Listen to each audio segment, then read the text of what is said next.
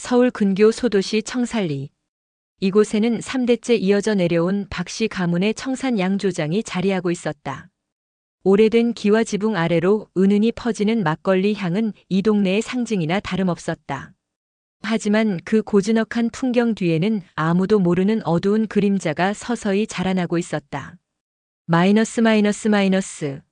아침 6시. 장순자 여사는 어김없이 일어나 양조장으로 향했다. 70이 넘은 나이에도 꼿꼿한 자세와 날카로운 눈빛은 여전했다.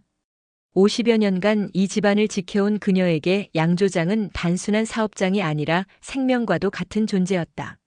어머니, 아침 드세요. 며느리 이세영이 정갈하게 차린 상을 내오며 공손히 인사했다. 결혼 3년차 29살의 세영은 언제나 단정한 모습이었다. 하지만 오늘 아침 장순자는 며느리의 얼굴에서 뭔가 다른 기색을 느꼈다. 세영아, 얼굴이 왜 그리 어둡냐? 몸이 안 좋은 게냐? 아, 아니에요, 어머니. 그냥 잠을 못 잤을 뿐이에요. 세영은 급하게 고개를 숙이며 대답했다. 사실 그녀는 밤새 한숨도 못 잤다. 어제 받은 그 전화 때문에. 세영아, 이번엔 정말 끝이야. 이틀 10,000원이라도 없으면 우리 집이 경매로 넘어간다고. 제발 좀 도와달라. 친정 어머니의 절규에 가까운 목소리가 귓가에서 맴돌았다. 아버지의 사업 실패로 친정은 이미 4억 원이 넘는 빚더미에 앉아 있었다. 그동안 자신의 용돈과 파트타임으로 번 돈을 조금씩 보내왔지만 이제는 한계였다. 진호는 어디 갔냐? 일찍 양조장에 나가셨어요. 오늘 대형마트 납품 준비한다고. 장순자는 고개를 끄덕이며 밥을 떠넘겼다. 아들 박진호는 정말 성실한 사람이었다. 대학 졸업 후 서울에서 직장 생활을 하다가 아버지가 돌아가신 후 고향으로 내려와 양조장을 물려받았다. 결혼도 늦게 했지만 세영이라는 좋은 며느리를 만나 장순자는 만족하고 있었다. 하지만 세영의 마음은 복잡했다. 시어머니와 남편의 신뢰를 받고 있다는 것을 알기에 더욱 죄책감이 들었다. 그러나 친정의 절박한 상황을 생각하면 다른 선택의 여지가 없었다. 마이너스. 오후 세영은 양조장 사무실 청소를 핑계로 들어갔다. 진호는 창고에서 직원들과 함께 막걸리 포장 작업 중이었다. 사무실은 조용했다. 책상 위에 놓인 서류들을 정리하던 세영의 시선이 한 곳에 멈췄다. 반쯤 열린 서랍 안에서 빨간 인감도장이 보였다. 그리고 그 옆에는 토지등기 부등본이라는 글씨가 선명한 서류가 있었다. 세영의 심장이 빨라졌다. 며칠 전 남편과 시어머니가 나눈 대화가 떠올랐다. 어머니, 뒷산 땅값이 많이 올랐다던데요? 그러게 말이야. 개발 계획이 확정되면서 평당 200만 원은 좋게 될 것 같더라. 우리 땅이 3,000평이니까. 3,000평에 평당 200만 원이면 60억 원. 세영은 손가락으로 계산해봤다. 그 돈이면 친정 빚은 물론이고 자신들도 서울에 집을 사고도 남을 금액이었다. 잠깐만. 나 지금 뭘 생각하고 있는 거야? 세영은 고개를 흔들며 그 생각을 떨쳐내려 했다. 하지만 친정 어머니의 울음소리가 다시 귓가에 울렸다. 바로 그때 사무실 문이 열렸다. 세영아, 뭐 하고 있어? 진호가 들어오자 세영은 깜짝 놀라며 서류를 밀어냈다. 아, 청소하고 있었어요. 서류가 좀 어지럽혀져 있길래. 그래? 고마워. 요즘 정신없어서 정리할 틈이 없었는데. 진호는 아무런 의심 없이 미소 지었다. 그 순간 세영은 남편의 맑은 눈을 보며 가슴이 찢어지는 듯한 아픔을 느꼈다. 그날 밤 세영은 침실에서 뒤척이고 있었다. 옆에서 곤히 잠든 남편을 바라보니 눈물이 났다. 진호 오빠는 이렇게 착하고 성실한데 나는 왜 이런 못된 생각을 하게 되는 걸까? 하지만 현실은 냉혹했다. 내일까지 이틀 10,000원을 보내지 못하면 친정집이 경매로 넘어간다는 것이 확실했다. 그동안 부모님께는 시댁이 그저 평범한 농가라고 말해왔다. 양조장이 이렇게 큰 재산을 가지고 있다는 것은 숨겨왔던 것이다. 새벽 2시 세영은 조용히 침실을 나와 거실로 갔다. 휴대폰을 들고 친구에게 전화를 걸었다. 미영아, 나야. 응, 미안해 이렇게 늦게. 근데 너 말이야. 왜? 무슨 일이야? 목소리가 이상한데? 미영아, 만약에 말이야. 만약에 남편 몰래 돈을 좀 만져야 하는 상황이 생긴다면 어떻게 하는 게 좋을까? 전화기 너머로 잠깐의 정적이 흘렀다. 세영아, 너 지금 뭔 소리 하는 거야? 설마 도박이라도 했어? 아니야, 그런 게 아니라. 친정에 급한 일이 생겨서. 세영은 상황을 간단히 설명했다. 미영은 한참을 듣더니 한숨을 쉬었다. 세영아, 나도 비슷한 일을 겪어봐서 아는데. 가족을 위해서라면 때로는 어쩔 수 없는 선택을 해야 할 때가 있어. 하지만 조심해야 해. 들키면 가정이 깨질 수도 있거든. 그럼 방법이 있다는 거야? 토지 같은 경우에는 담보대출을 받을 수 있어. 서류상 소유주가 시어머니라 하더라도 며느리가 보증을 서면 은행에서 돈을 빌려줄 수도 있고. 아니면 미영의 목소리가 작아졌다. 아니면 뭐? 임시로 서류를 좀 만져서. 하지만 이건 정말 위험한 일이야. 세영아, 다시 한번 생각해봐. 전화를 끊은 세영은 한동안 어둠 속에 앉아 있었다. 머릿속에서는 수많은 생각들이 얽히고 설켰다. 마이너스. 다음 날 오후 장순자는 읍내 경로당 모임에 나갔다. 진호도 서울 거래처 미팅 때문에 이른 아침에 집을 나섰다. 세영에게는 절호의 기회였다. 세영은 떨리는 손으로 사무실 문을 열었다. 어제 보았던 서류들이 그대로 있었다. 토지등기 부등본, 인감도장, 그리고 인감증명서까지. 이것만 있으면 담보대출을 받을 수 있어. 하지만 막상 손을 뻗으려니 온몸이 떨렸다. 이것은 명백한 배신이었다. 시어머니와 남편의 신뢰를 배신하는 일이었다. 바로 그때 휴대폰이 울렸다. 친정어머니였다. 세영아. 엄마, 왜 또? 미안하다. 하지만 정말 마지막이야. 오늘까지 돈이 없으면. 세영아, 엄마가 너무 무능해서. 전화기 너머로 어머니의 흐느끼는 소리가 들렸다. 그 순간 세영의 마지막 이성의 끈이 끊어졌다. 알겠어요, 엄마. 제가 뭔가 방법을 찾아볼게요. 전화를 끊고 세영은 서류를 집어들었다. 손이 너무 떨려서 제대로 잡을 수가 없었다. 이틀만 원만 빌리는 거야. 나중에 갚으면 되잖아. 아무도 모르게 조용히. 자신을 합리화하는 목소리가 머릿속에서 울렸다. 하지만 가슴 깊은 곳에서는 또 다른 목소리가 경고하고 있었다. 이건 잘못된 일이야. 돌이킬 수 없는 일을 저지르는 거야. 마이너스. 세영이 서류를 복사하기 위해 읍내 복사집으로 가던 중이었다. 그런데 길 모퉁이에서 익숙한 목소리가 들려왔다. 아, 세영이 어머니. 시어머니 장순자와 동네 부인들이 함께 걸어오고 있었다. 세영은 서류 봉투를 재빨리 가방 안에 숨겼다. 어머니, 일찍 오셨네요. 응, 모임이 일찍 끝나서. 세영아, 너는 어디 가는 길이야? 아, 그냥 마트에서 장 좀 보려고요. 장순자는 며느리의 어색한 표정을 놓치지 않았다. 30여 년간 사업을 해온 그녀의 직감이 뭔가 이상함을 감지했다. 그래, 그럼 같이 가자. 마침 내가 살 것도 있고. 아, 아니에요. 저는 다른 데도 들러야 해서. 세영의 당황한 반응에 장순자의 의심은 더욱 깊어졌다. 하지만 아무렇지 않은 듯 미소 지었다. 그럼 조심히 다녀와라. 저녁은 집에서 할 거지? 네. 그럼 먼저 가볼게요. 세영은 황급히 그 자리를 벗어났다. 하지만 등 뒤에서 시어머니의 시선이 꽂히는 것을 느낄 수 있었다. 장순자는 며느리가 사라지는 것을 지켜보며 눈을 가늘게 떴다. 순자야, 며느리가 왜 저래? 얼굴이 새하얗던데? 옆에 있던 동네 부인이 걱정스럽게 물었다. 글쎄, 요즘 좀 이상해.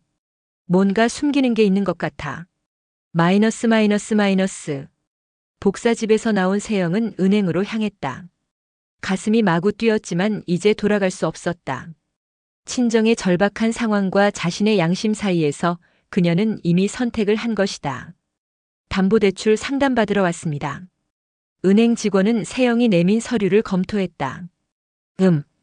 이 토지는 시어머니 명의로 되어 있는데 대출은 누가 받으시려는 건가요? 제가 받으려고 합니다. 시어머니께서 승낙하셨어요.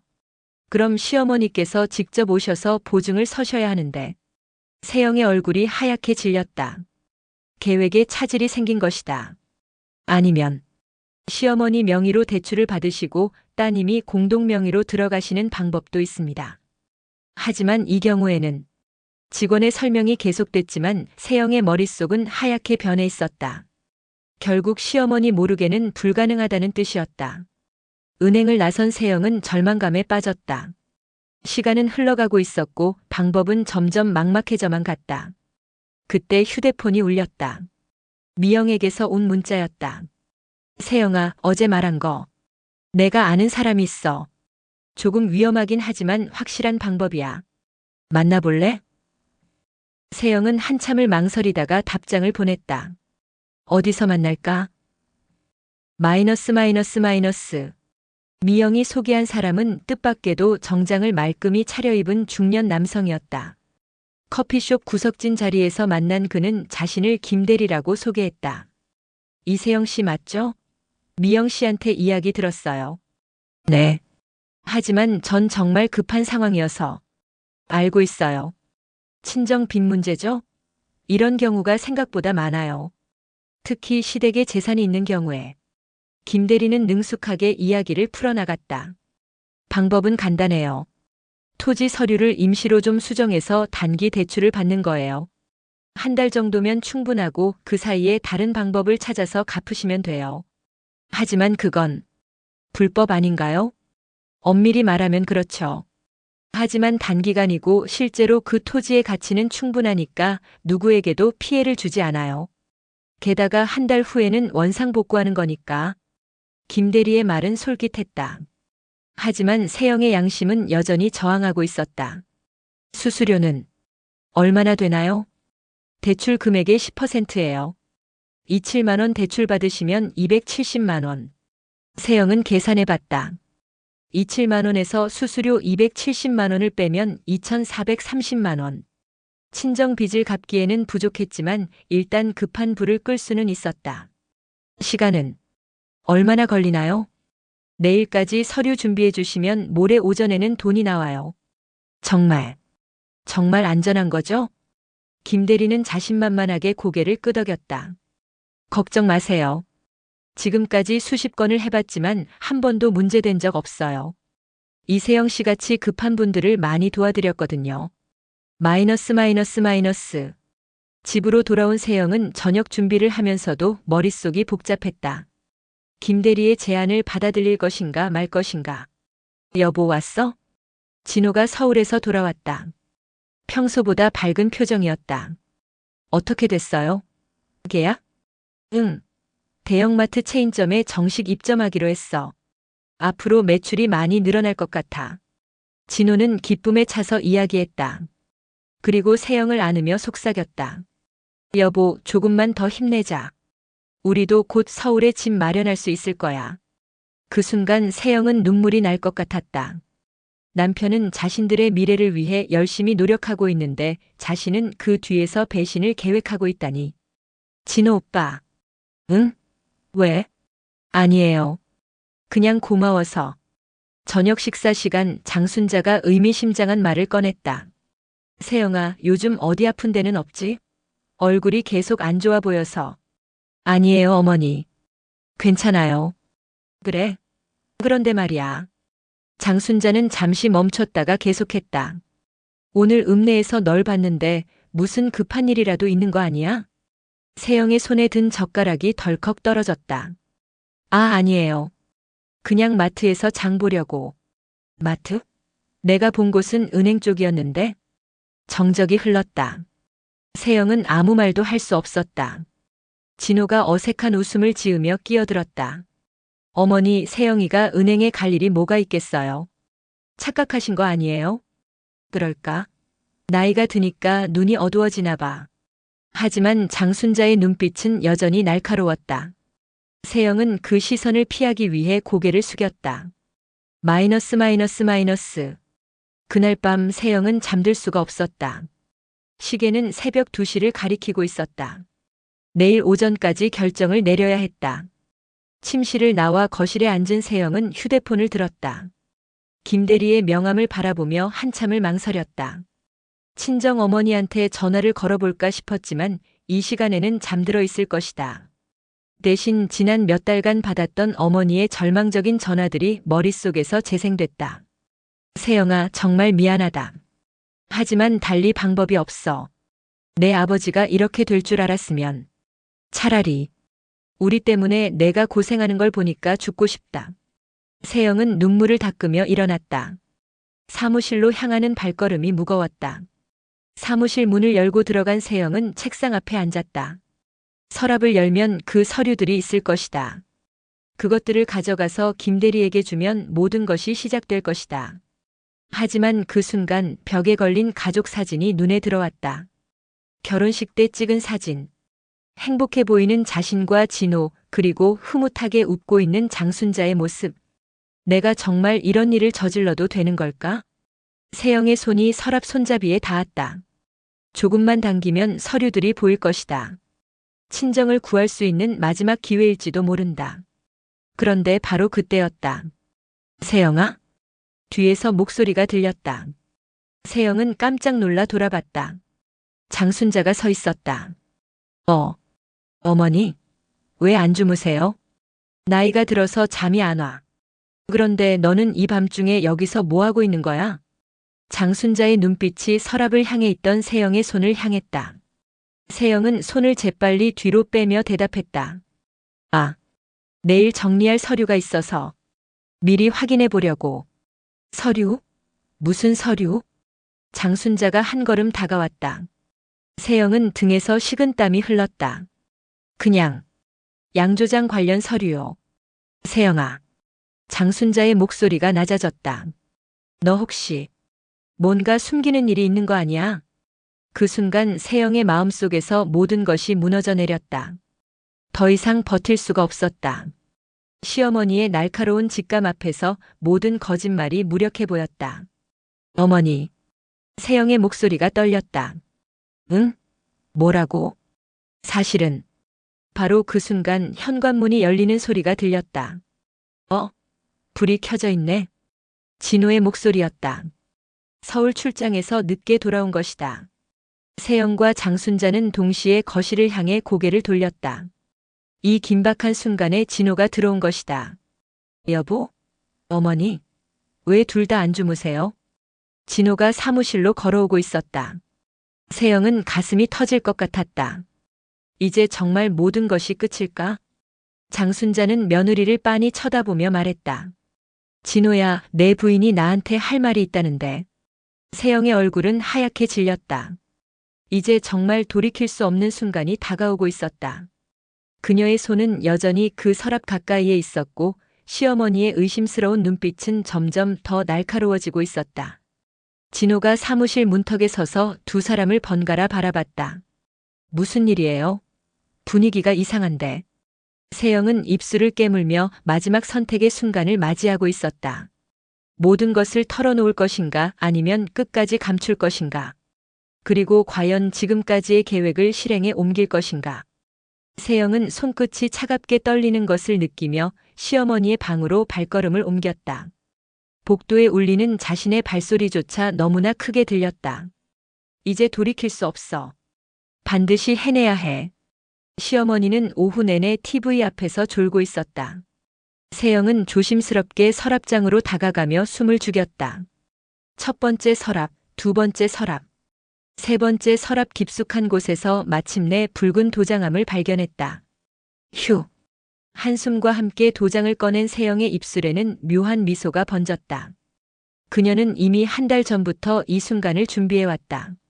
시어머니의 도장을 본떠 만든 위조 도장이 자신의 핸드백 안에 들어있었다. 김덕일. 설마 내가 그 땅을 사겠다고 나설 줄 누가 알았겠어? 김덕일. 15년 전 세영의 첫사랑이었던 남자. 당시 가난한 집안 출신이었던 그는 이제 지역 유명 부동산업체의 대표가 되어 있었다. 세영이 매각하려는 땅이 바로 독일의 회사에서 개발하려는 부지였다는 사실을 알게 된 것은 순전히 우연이었다. 어차피 팔아야 할 땅이라면 독일이한테 파는 게 낫지 않을까? 세영은 자신도 모르게 입술을 핥았다. 단순히 돈 때문만은 아니었다. 진호와의 결혼 생활에 실증이 난 그녀에게 독일은 새로운 가능성처럼 느껴졌다.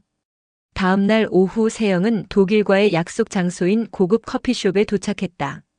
그녀는 평소보다 신경 써서 화장을 하고 가장 아끼는 원피스를 입었다. 세영아. 뒤에서 들려온 목소리에 세영은 천천히 돌아봤다. 15년의 세월이 무색할 정도로 독일은 여전히 매력적이었다. 아니, 오히려 더 멋있어졌다고 해야 할까? 정말 오랜만이야, 독일아. 그러게. 내가 결혼했다는 소식을 들었을 때 얼마나 놀랐는지 몰라. 두 사람은 테이블에 마주 앉았다. 커피 향기 사이로 과거의 추억들이 되살아났다. 그런데 정말 괜찮은 거야? 시어머니 몰래 땅을 파는 게. 독일이 조심스럽게 물었다. 세영은 가슴이 두근거리는 것을 애써 감추며 대답했다. 걱정 마. 어머님이 연세도 많으시고 요즘은 치매 기도 좀 있으셔서 잘 기억 못 하세요. 게다가 그 땅은 어차피 세금만 나가는 애물단지였어요. 거짓말이었다. 시어머니는 여전히 정정했고 그 땅은 집안의 마지막 재산이었다. 그래도 조심해야 할 텐데. 혹시 나중에 문제가 되면 어쩌려고? 문제 없어요. 제가 다 알아서 할 테니까. 세영은 독일의 손을 살짝 잡았다. 그 순간 독일의 눈빛이 변했다. 세영아, 너 혹시 무슨 말이야? 아니야, 그냥 조심하라는 말이야. 한편 집에서는 진호가 어머니와 함께 저녁을 먹고 있었다. 엄마, 세영이는 요즘 뭘 그렇게 바빠? 맨날 나가기만 하네. 글쎄다. 나도 이상하다고 생각하고 있었어. 요즘 행동이 예전과 많이 달라졌어. 시어머니는 숟가락을 놓고 진지한 표정을 지었다. 어떻게 다르다는 거예요? 화장을 너무 진하게 하고 옷차림도 전과 다르고. 그리고 전화 통화를 할 때 목소리가 이상해. 마치 다른 사람과 얘기하는 것처럼. 진호의 이마에 주름이 졌다. 최근 들어 아내의 행동에서 느꼈던 위화감들이 하나씩 떠올랐다. 혹시 바람 피우는 건 아니겠죠? 진호가 반쯤 농담으로 말했지만 어머니의 표정은 진지했다. 그건 아닐 거야. 하지만 뭔가 숨기는 게 분명해. 바로 그때 현관문이 열리는 소리가 들렸다. 다녀왔습니다. 세영의 목소리는 평소보다 한 톤 높았다. 그녀는 뺨이 붉게 달아오른 채로 거실로 들어왔다. 어디 갔다 왔어? 진호가 물었다. 아, 그냥 친구 만나고 왔어요. 무슨 친구? 세영이 잠깐 머뭇거렸다. 대학교 동창이요. 오랜만에 만났는데 시간 가는 줄 몰랐네요. 시어머니가 세영을 유심히 바라봤다. 뭔가 이상했다. 평소 같으면 친구 이야기를 자세히 했을 텐데 오늘은 유난히 말을 아꼈다. 다음 날 아침 시어머니는 우연히 자신의 서랍을 열었다가 이상한 점을 발견했다. 도장함의 위치가 평소와 달랐던 것이다. 분명히 오른쪽 끝에 둬뒀는데 시어머니는 도장을 꺼내 자세히 살펴봤다. 겉보기에는 별다른 차이가 없어 보였지만 뭔가 석연치 않았다. 바로 그때 세영이 방으로 들어왔다. 어머님 뭐 하세요? 아, 그냥 도장 좀 보고 있었어. 세영의 얼굴이 순간 하얗게 변했다. 도장을 왜요? 무슨 일 있으세요? 별일 없어. 그냥 오랜만에 봐서. 세영은 애써 평정심을 유지하려고 했지만 손이 미세하게 떨리고 있었다. 그런데 말이야. 시어머니가 날카로운 눈빛으로 세영을 바라봤다. 혹시 누가 내 도장 함부로 만진 적 있어? 그럴 리가요. 누가 감히 어머님 도장을. 이상해. 도장함 위치가 바뀌었거든. 세영은 목이 마르는 것을 느꼈다. 아, 그건 제가 청소할 때 잠깐 옮겼을 수도 있어요. 죄송해요. 청소? 언제? 이틀 전에요. 시어머니는 의심스러운 눈빛을 거두지 않았다. 며칠 후 독일에게서 연락이 왔다. 세영아, 서류 준비 다 됐어. 내일 등기소에서 만나자. 세영은 가슴이 뛰었다. 드디어 계획이 실현되는 순간이었다. 알겠어요. 내일 뵐게요. 하지만 세영이 모르는 사이 진호가 그녀의 전화 통화를 엿듣고 있었다. 등기소? 무슨 서류? 진호는 의문을 품고 다음날 몰래 세영을 미행하기로 결심했다. 등기소 앞에서 세영과 도길이 만났다. 두 사람은 자연스럽게 손을 맞잡고 걸었다. 진호는 멀리서 그 광경을 목격하고 충격에 휩싸였다. 저 남자가 누구지? 그리고 왜 등기소에? 진호는 두 사람을 따라 등기소 안으로 들어갔다. 그리고 접수 창구에서 들려오는 대화에 더욱 놀랐다. 토지 소유권 이전 등기 신청서 접수받습니다. 네, 여기 서류 다 가져왔습니다. 세영이 가방에서 꺼낸 것은 시어머니의 도장이 찍힌 서류들이었다. 진호는 뒤에서 그 모든 것을 지켜보며 분노로 몸을 떨었다. 미친. 저 여자가 지금 뭘 하고 있는 거야? 등기 절차가 끝난 후 세영과 도길은 카페로 자리를 옮겼다. 고생했어, 세영아. 이제 정말 끝났네. 네. 정말 다행이에요. 그런데 정말 괜찮은 거야? 나중에 문제되지 않을까? 걱정 마요. 어머님은 절대 모르실 거예요. 바로 그때 진호가 카페 안으로 들어왔다. 세영은 남편의 모습을 보고 얼굴이 하얗게 변했다. 진호야? 여기 왜? 진호는 분노에 찬 눈빛으로 세영을 노려봤다. 내가 왜 여기 있냐고. 그건 내가 할 말이지. 카페 안의 시선이 일제히 그들에게 쏠렸다. 여보, 잠깐 얘기 좀. 얘기? 뭘 얘기하자는 거야? 너 지금 뭘 한 건지 알고 있어? 도길은 상황을 파악하고 자리에서 일어났다. 미안해, 세영아. 나는 먼저 가볼게. 잠깐. 당신 누구야? 진호가 도길의 팔을 붙잡았다. 저는 김도길입니다. 김도길? 그 이름 어디서 많이 들었는데? 세영이 급하게 끼어들었다. 여보, 여기서 이러지 말고 집에 가서 얘기해요. 집에 가서? 너 진짜 미쳤나? 우리 집 땅을 내 멋대로 팔았으면서. 카페 안이 순식간에 조용해졌다. 모든 사람들이 이들의 대화에 귀를 기울이고 있었다. 집으로 돌아온 진호는 시어머니에게 모든 상황을 털어놓았다. 어머니, 세영이가 어머니 도장을 위조해서 땅을 팔았어요. 시어머니는 그 말을 듣고 한동안 말을 잇지 못했다. 뭐라고? 등기소에서 제가 직접 봤어요. 세영이가 어머니 도장으로 토지 이전 등기를 신청하는 걸. 시어머니의 얼굴이 점점 붉어졌다. 그게 정말이야? 바로 그때 세영이 집으로 들어왔다. 그녀는 현관에서부터 이상한 분위기를 감지했다. 다녀왔습니다. 거실에는 진호와 시어머니가 굳은 표정으로 앉아 있었다. 세영아, 이리 와봐. 시어머니의 목소리는 차가웠다. 네. 무슨 일이세요? 무슨 일이냐고? 너 지금까지 뭘 한 건지 모르겠어? 세영은 가슴이 급하게 뛰기 시작했다. 저는 아무것도. 아무것도? 내 도장을 위조해서 땅을 판 게 아무것도야? 시어머니의 목소리가 점점 높아졌다. 어머님, 그게 아니에요. 제가 설명드릴게요. 설명? 뭘 설명하겠다는 거야? 진호가 벌떡 일어나며 소리쳤다. 내가 그 김도길이라는 남자와 바람 피우면서 우리 집 땅까지 팔아넘긴 걸 어떻게 설명하겠다는 거야? 바람? 그런 게 아니에요. 그런 게 아니라고? 너희들이 손잡고 다니는 것도 내가 다 봤어. 세영은 더 이상 변명할 수 없다는 것을 깨달았다. 여보, 제발 들어봐요. 사실은 뭐야? 우리 가족을 배신한 거잖아. 시어머니가 떨리는 손으로 세영을 가리켰다. 너 같은 년은 내 며느리가 아니야. 당장 이 집에서 나가. 어머님, 제발. 나가라고 했어. 당장. 세영은 무릎을 꿇고 울기 시작했다. 정말 그런 뜻이 아니었어요. 그냥 돈이 필요해서. 돈이 필요하면 말을 하지. 왜 우리를 속였어? 진호의 목소리에는 배신감이 가득했다. 그리고 그 남자는 뭐야? 왜 하필 그 남자한테 팔았어? 그건 우연히. 우연히? 15년 만에 옛날 애인을 우연히 만난다고. 진호는 모든 것을 알고 있었다. 세영의 과거까지 모두. 여보, 정말 그 사람과는 아무 사이 아니에요. 그냥 땅을 팔 사람을 찾다가. 거짓말하지 마. 너희들이 카페에서 나누던 대화 다 들었어. 시어머니가 가슴을 치며 울기 시작했다.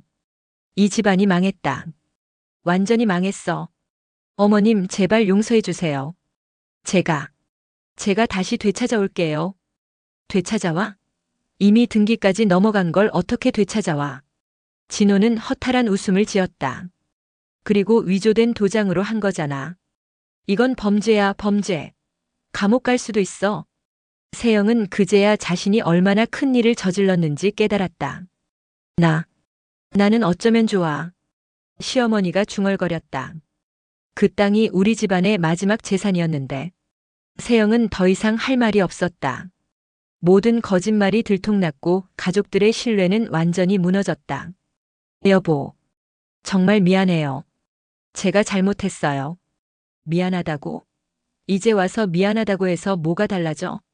진호는 주먹을 쥐고 벽을 쳤다. 너 때문에 우리 가족이 완전히 망가졌어. 어머니 도장까지 위조하고. 정말 끝장이야. 세영은 바닥에 주저앉아 엉엉 울기 시작했다. 제발 용서해 주세요. 다시는 이런 일 안 할게요. 하지만 시어머니와 진호의 마음은 이미 돌이킬 수 없을 만큼 상처받은 상태였다. 용서? 지금 와서 용서를 바라?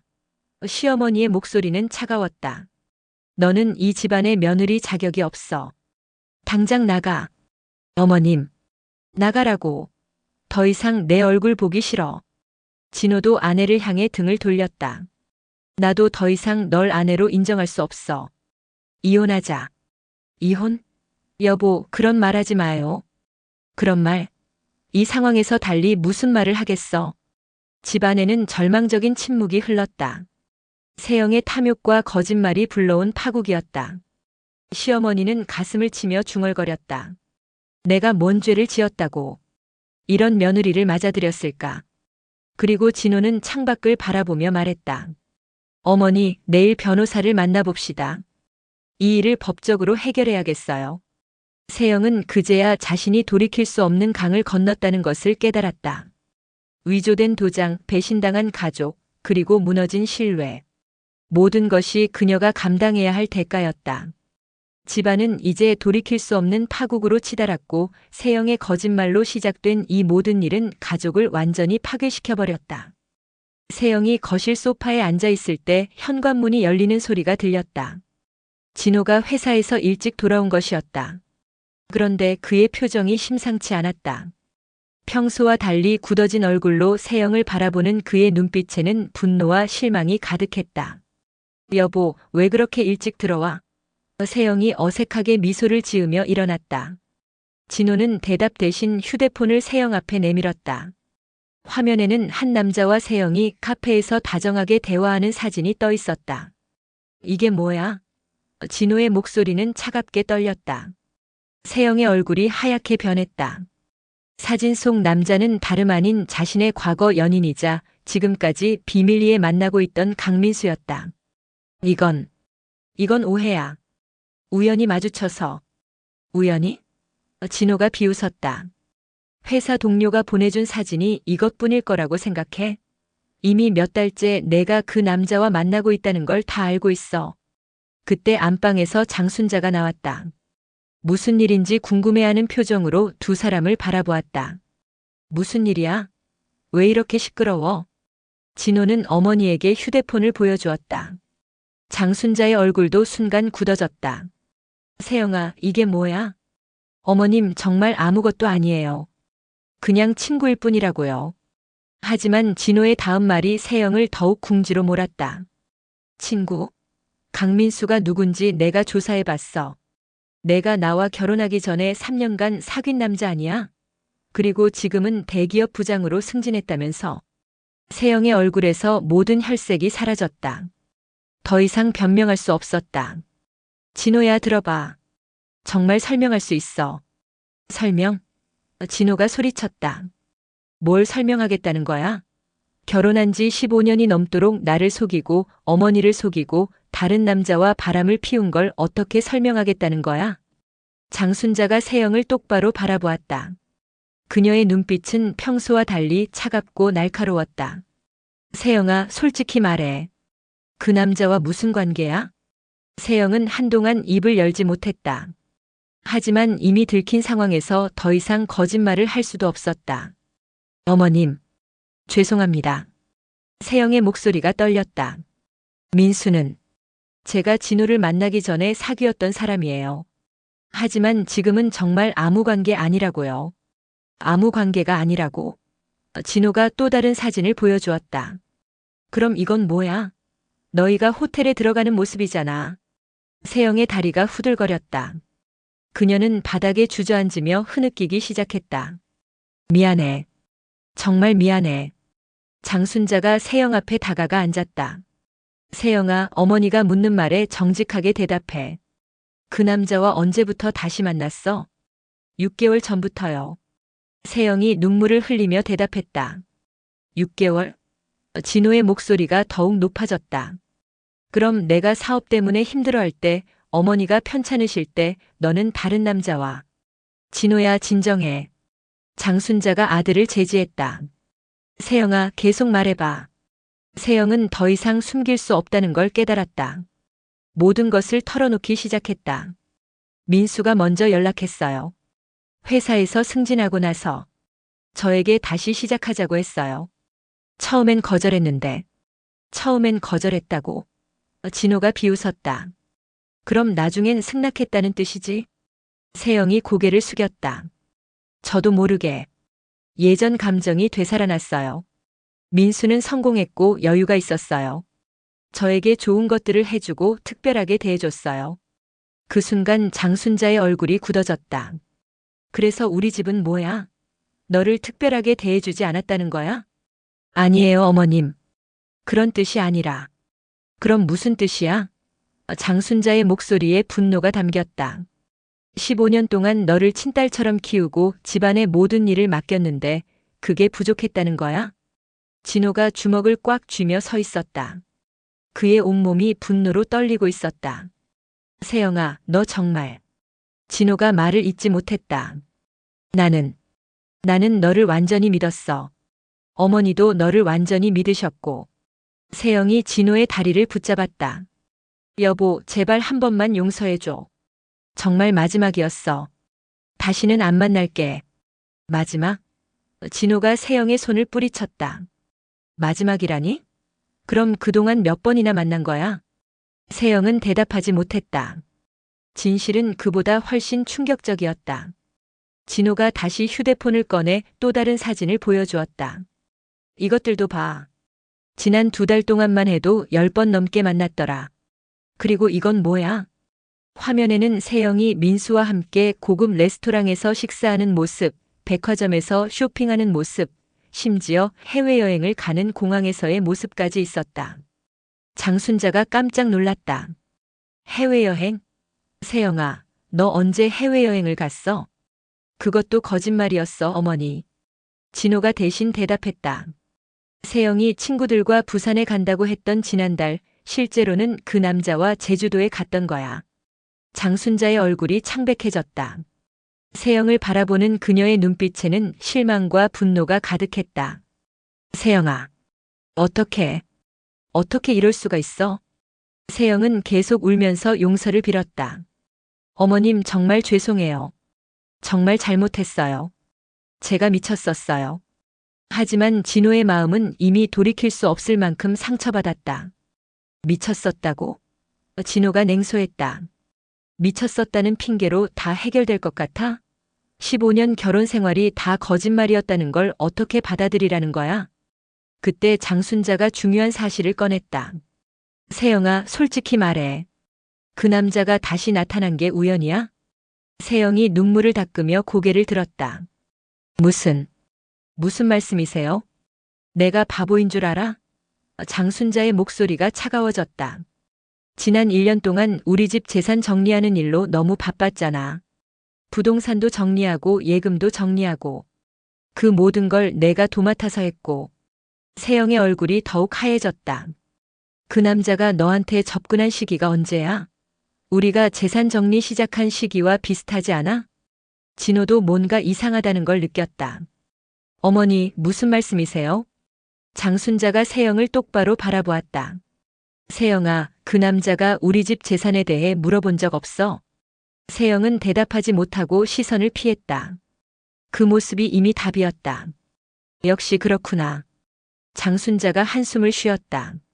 세영아, 너 그 남자한테 우리 집 재산이 얼마나 되는지 말했지? 아, 아니에요. 그런 얘기 안 했어요. 하지만 진호가 또 다른 증거를 제시했다. 이것도 봐, 어머니. 진호가 휴대폰을 보여주었다. 사립 탐정을 통해 알아낸 건데 강민수가 최근에 부동산 투자 회사를 차렸어. 그런데 자금이 부족해서 투자자를 찾고 있었다고 해. 장순자의 얼굴이 일그러졌다. 그럼 이 모든 게 처음부터 계획된 일이었다는 거야? 세영이 필사적으로 고개를 저었다. 아니에요. 그런 게 아니에요. 민수는 정말 저를 사랑해서. 사랑? 진호가 비웃었다. 사랑이라고? 결혼한 여자를 유혹해서 집안 재산을 노리는 게 사랑이야? 그때 세영의 가방에서 휴대폰이 울렸다.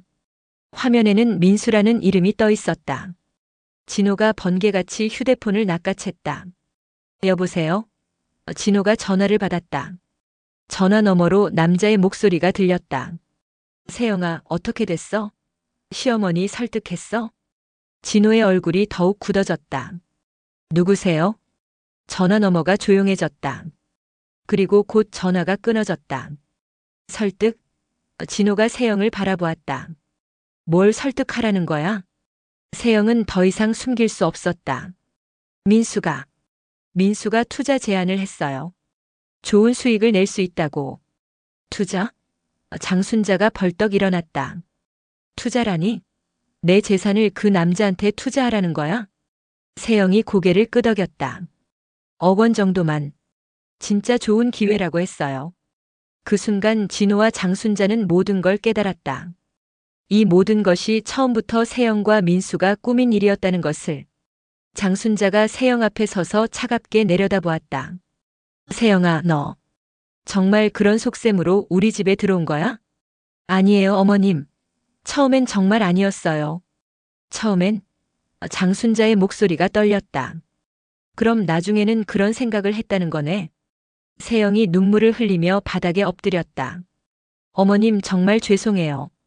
저도 모르게 욕심이 났어요. 민수가 성공한 모습을 보니까 저도 그런 삶을 살고 싶었어요. 그런 삶? 장순자가 비웃었다. 그럼 우리와 함께한 15년이 불행했다는 거야? 그런 게 아니에요. 그런 게 아니라면 뭐야? 장순자의 목소리가 높아졌다. 내가 너를 어떻게 대했는데?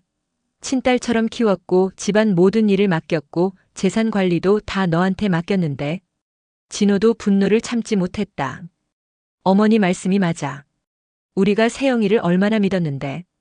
집안 통장 관리, 부동산 서류, 심지어 어머니 도장까지 다 맡겼잖아. 그때 장순자가 무언가를 떠올렸다. 세영아, 혹시 내 도장을 함부로 사용한 적 있어? 세영의 얼굴이 더욱 창백해졌다. 도장? 진호가 놀랐다.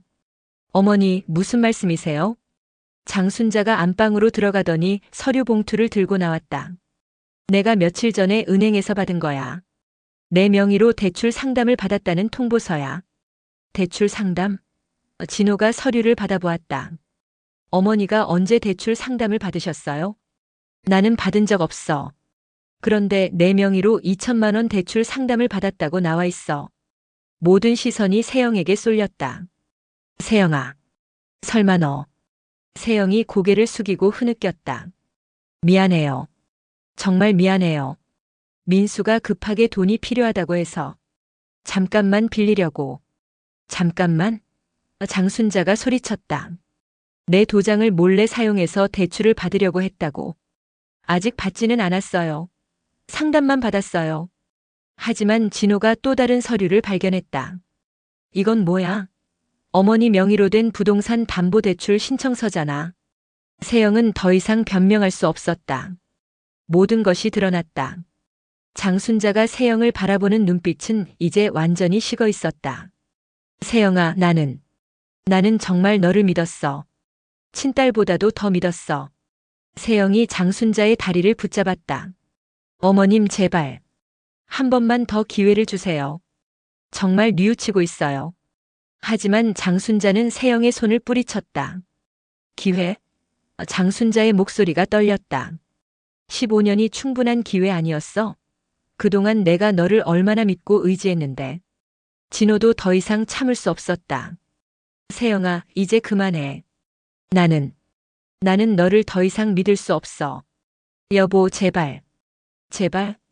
진호가 차가운 눈으로 세영을 바라보았다. 내가 제발 해야 할 말이야. 제발 그동안 행복했던 기억들을 더럽히지 말아줘. 세영이 울면서 용서를 빌었지만 진호와 장순자의 마음은 이미 돌이킬 수 없을 만큼 상처받았다. 장순자가 진호를 바라보았다.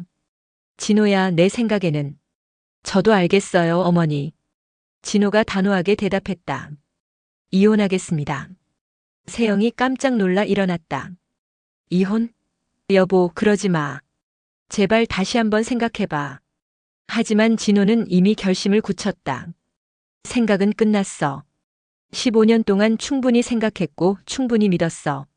하지만 너는 그 믿음을 배신했어. 장순자도 고개를 끄덕였다.